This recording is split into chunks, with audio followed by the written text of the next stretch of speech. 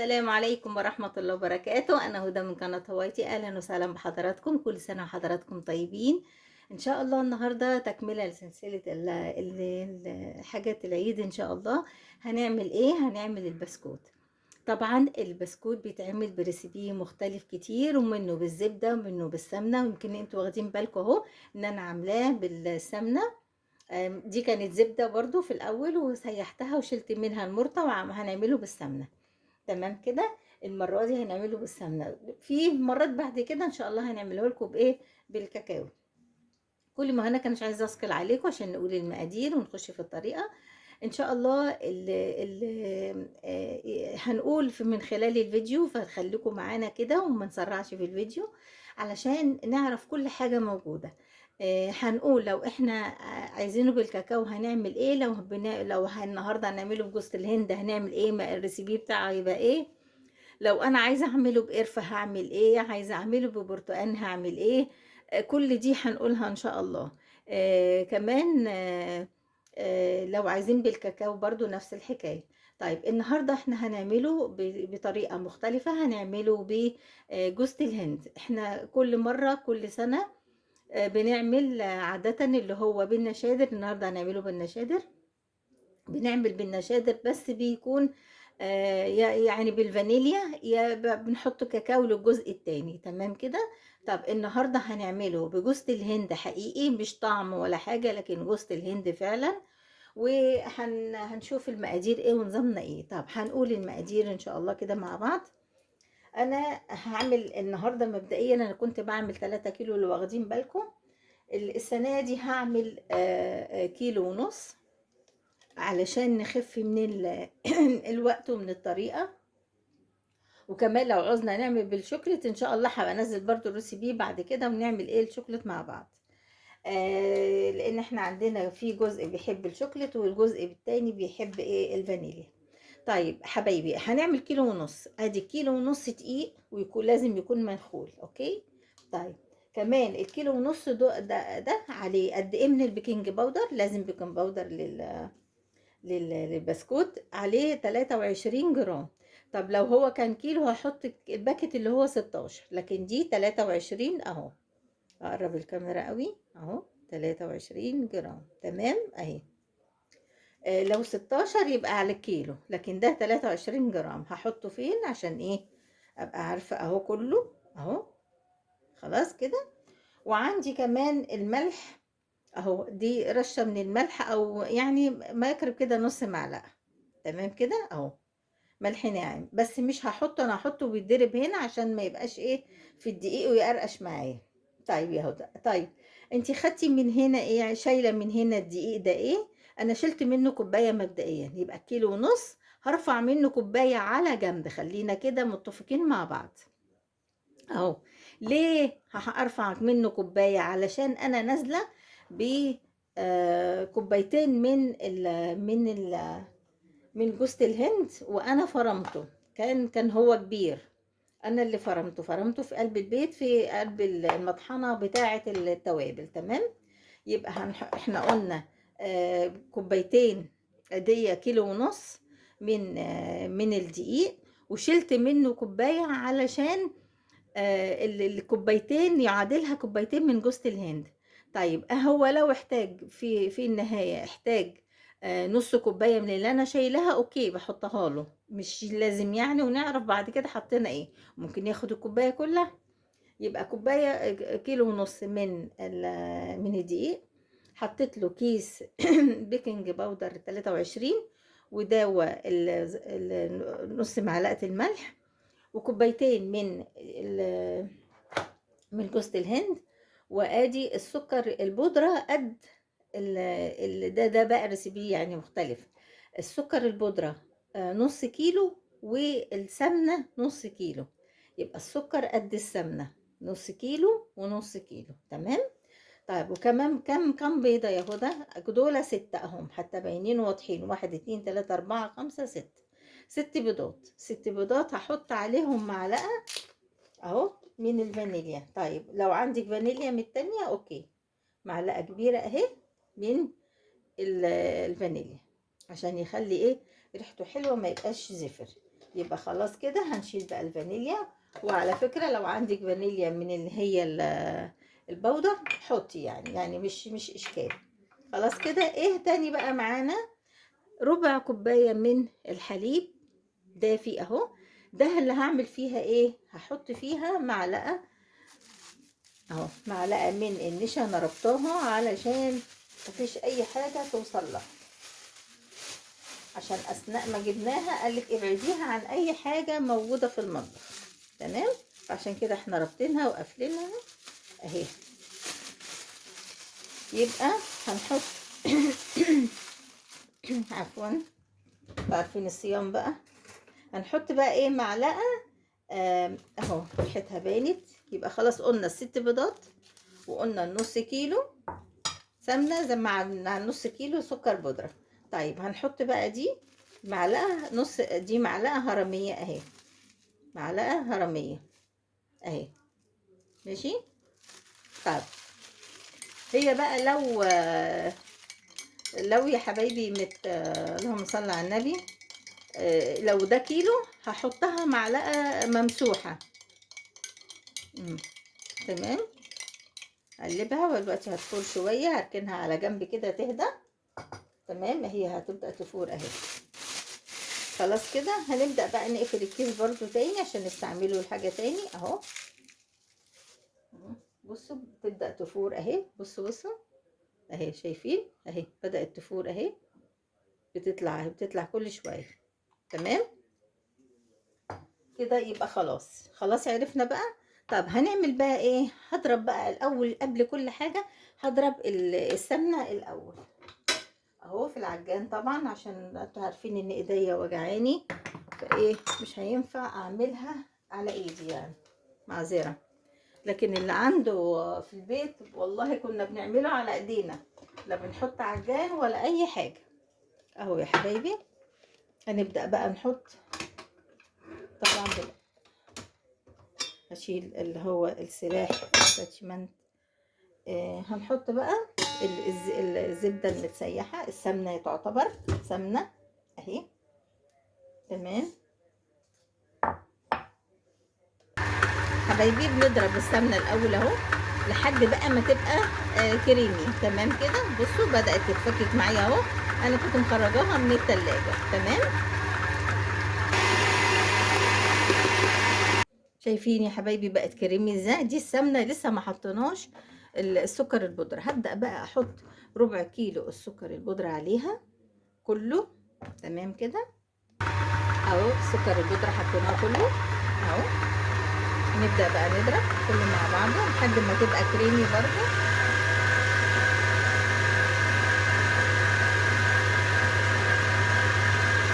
هبدا بقى انزل الحروف بالسبيتيول كده، علشان لو في سكر ولا حاجه ما تعملش. تمام.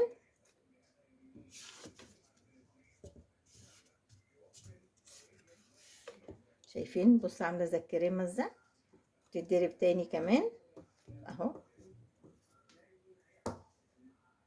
هبدأ بقى حبايبي احط بيضة مع الفانيليا، معلقة الفانيليا اللي احنا حطيناها، احط بيضة ونضرب.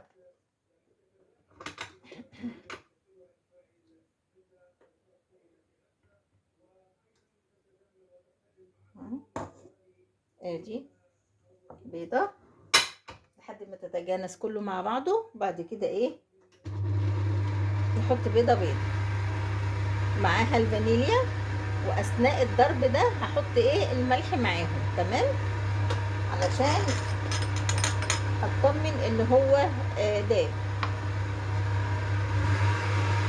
ادي اول بيضة، ادي التانية.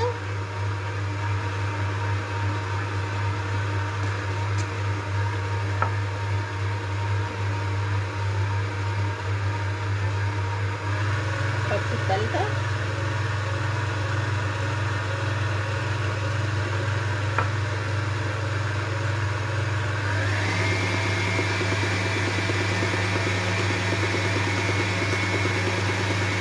رابعة.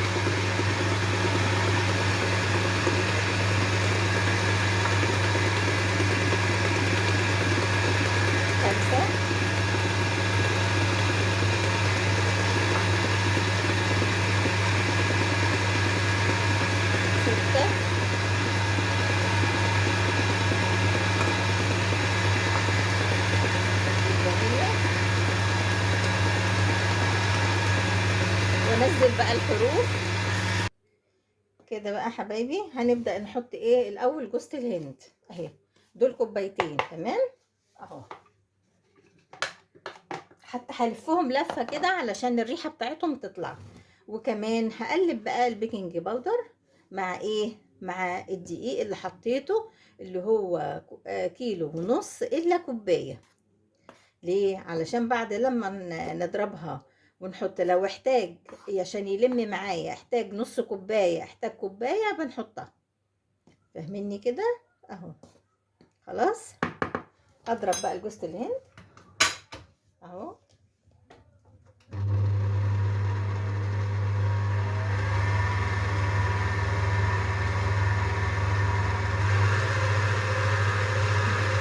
وبعدين هنزل بقى بالدقيق. شايفين؟ حطيت نصه وضربته، وهحط النص التاني عشان ايه؟ ما تقلش على العجان قوي. واحده واحده كده عليه، شويه شويه برضو. هنحط الباقي بقى.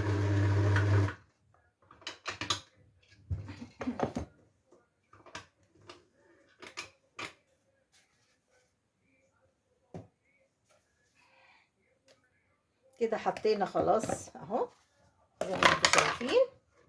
حطينا ايه؟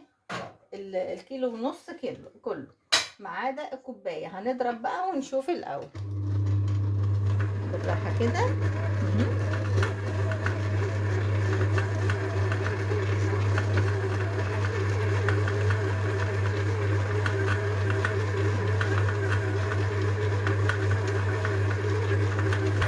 كده حبايبي بصوا لم معايا اهو. طبعا فاضل ايه بقى؟ فاضل النشادر بشويه اللبن. شايفين يا حبايبي؟ بصوا بصوا اهي. هنبدأ بقى نعمل ايه؟ نحط النشادر باللبن ونضرب اهو.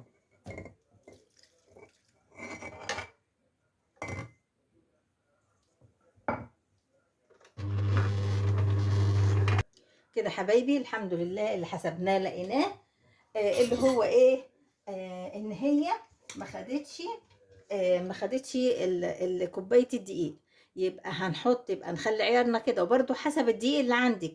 لو الدقيق اللي عندك ما بياخدش الدقيق كله، بتشيلي كوبايه الاول. خد نص بتحطيها، خد كوبايه كامله بتحطيها. انا عندي ما خدش الكوبايه هي كامله اهي. ليه؟ لاني حاطه بدلهم اتنين من من جوز الهند اهو. شايفين؟ بصوا الجمال والحلاوه. بصوا اهي. طبعا في الخطوه اللي جايه هنعمل ايه بقى؟ هنبدا نخليها في نفس البوله كده، هغطيها وهبدا اعمل ايه؟ اخليها ربع ساعه كده قبل ما اروق الدنيا واطلع المكنه ونظبط حالنا بقى. كده حبايبي بقى هنبدا نشتغل. انا كنت مغطياها زي ما انتم شايفين اهي. شايفين الجمال؟ بس يعني كل ما تاخديها تعمليها بقى في ايدك كده وتحطيها في المكنه. تمام. انا اشتغلت شويه اهو. بصوا اهو تعمليه بقى كله قد بعضه. عايزه اقول لكم بس ملحوظه، تعمليه كله قد بعضه تمام عشان كله ياخد التسويه زي بعضه.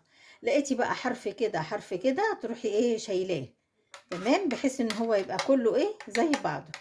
خليش بقى حاجه طالعه كده ولا كده، تبقى كده اخر جمال. تمام ان شاء الله. هخلص برضو الكميه وارجع لكم تاني. طب عايزه اقول لكم ملحوظه، ده بالجوز الهند تمام.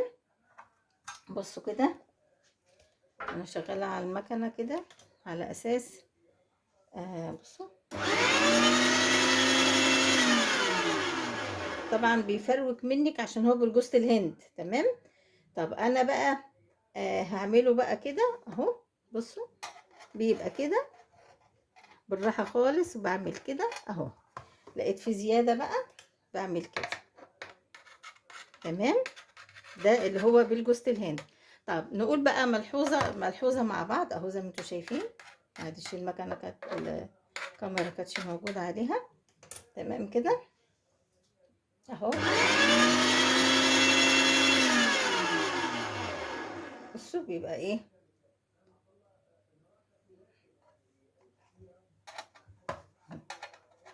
بعملها كده عشان يبقى كله ايه زي بعضه اهو. تمام. بالسكينه كده، شايفه حاجه فيها زياده كده مثلا، بروح ايه اعملها علشان يبقى التسويه كلها واحد، وكمان بيبقى الشكل النهائي بيبقى ايه، بيبقى جميل اهو. خلاص كده، هخلص بقى بقيه السجان وايه ارجع لكم ان شاء الله في التسويه. التسويه هيخش على 180، لو فرنك عالي اعمليه على 160 او 170. تمام. كمان ده احنا قلنا بالجوز الهند. طب يا هدى، لو انا عايزاه بالكاكاو، بشيل معلقتين من الدقيق وبحط ايه معلقتين كاكاو. طيب انا لو عايزاه بالقرفه، اثناء ما انا بحط الربع كوبايه الحليب مع معلقه النشادر الهرميه، عشان ده كيلو ونص، مع معلقه النشادر بحط معلقه القرفه وبدوبهم مع بعض. ده لو بالقرفه. طب انا لو عايزاه فانيليا عادي، بحط الفانيليا عادي وبكتفي، ما بحطش جوز الهند وبياخد الكيلو ونص كله. طيب لو عايزاه بالبرتقال، باخد بشر البرتقال في قلب العجينة، وبحط بدل اللبن بحط ربع كوباية من البرتقال المعصور. تمام كده. طيب الجوز الهند قلنا بنرفع، انا طبعا الدقيق ما خدش كل الكمية للدقيق، لان انا حاطه كوبايتين من الجوز الهند، فطبعا خد ايه، شلنا كوبايه اهي من الكيلو ونص. يعني لازم تيجي ترفعي كوبايه كده وتشوفي الاول هياخد الكوبايه ولا ما ياخدهاش. طبعا اهو زي ما انتم شايفين ان شاء الله يستوي. خلص الكميه كلها عشان ما نسكلش عليكم في الفيديو، ونرجع لكم تاني. وبكده بقى حبايبي زي ما انتم شايفين كده عملنا بصوا شوفوا الجمال بتاعه. اهم شيء ان انت تخليه كل المقاسات كده تبقى واحده. تمام. يعني شويه اهو، دي برسمه ودي برسمه، وادي رسمه تاني، وغير بقى اللي في الفرن، وادي برضو رسمه اهو، دي النجمه اللي هي الصوابع. ودي يا حبايبي بصوا اول البشاير اهي، عملنا اهو دخلتها الفرن. بصوا شايفين الظهر زي الوش بالظبط، يعني ظهرها مستوي يعني. الوش فاتح شويه، انا بحبه كده، لو انه بيطلع لازم بيبقى فيه غامق وفاتح. برضو التسويه ترجع لك انت. بصوا بيخربش ازاي، بصوا مش ان هو بقى يقع كده عشان ما تحطيه بقى في كوبايه في اللبن او في الشاي، يعني يبقى ايه ما يبقاش يقع منك ويتهري. ان شاء الله نكمل بقى الكميه بتاعتنا ونوريها لكم بامر الله. رجعت لكم بقى حبايبي بعد ما خلصنا الكميه بتاعتنا كده. كل سنه وحضراتكم طيبين. طبعا عايزين نوريكم بقى الجمال بتاعنا. شايفين؟ بصوا الحلاوه، شايفين؟ بصوا بصوا اخر جمال واخر روعه. بصوا الظهر يعني لا محروق ولا حاجه، جميل، تسويه جميله هاديه في منتهى الجمال. اهي جميل جدا. شايفين الجمال اهو. ده طبعا بسكوت جوز الهند. طبعا يعني مش حد كتير بيعمله. احنا حبينا بقى نغير وايه، وعملنا النهارده البسكوت ده علشان تجربوه وتشوفوه وتعرفوه. طعمه جميل جدا والله. انا عاملاه طبعا قرب السحور. عايزه اقول لكم انا دقته في منتهى الجمال والله، كاني شاريه بسكوت بجوز الهند من بره. جميل جدا. وانتوا عارفين طبعا معمول بسمنه بلدي واخر جمال. جربوا بقى يا حبايبي الطريقة دي ان شاء الله هتعجبكم، جميلة جدا. مقاديرها حلوة. طبعا كده مش عايزين نسكل عليكم اكتر من كده. ان شاء الله انتظروني بقى في الحاجات اللي جاية ان شاء الله. ده امره سهل خالص. المقادير موجودة، وتشوفوا الفيديو وتشوفوا الملاحظات اللي بتبقى موجودة. وبشكركم يا حبايبي، ما ننساش بقى اللايك. بشكركم يا حبايب قلبي، مع السلامة.